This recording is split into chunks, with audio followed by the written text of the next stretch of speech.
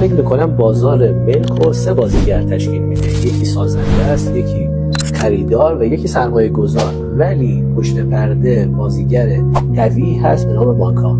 مثل اتفاق اخیری که ادغام شدن بانک آینده با بانک ملی رو رقم زد و پشت پرده این ادغام و سرمایه گذاری های بانکه که قاعدتاً یا پروژه های تموم شده بانکه یا پروژه های نیمه تموم که قرار اینها وارد بازار بشه.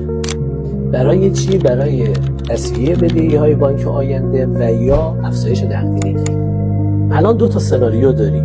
یک سناریو اینه که این املاک به صورت مزایده وارد بازار میشه و قاعدتاً وقتی عرضه باشه و تقاضا کم باشه با قیمت پایین وارد بازار میشه. و سناریوی قوی‌تر و محتمل‌تر اینه که بانک‌ها مدیریت میکنن بازار ملک و با قیمت‌های شاخص و بالایی قیمت گذاری میکنن ملکشون و عرضه رو به نسبت کنترل میکنن و قیمت ملک ها رو بالا میبرن تا به این وسیله ارزش داراییشون حفظ بشه و بتونن همون ملک موجود رو برای تسویه های نفرات بیشتری در نظر بگیرن.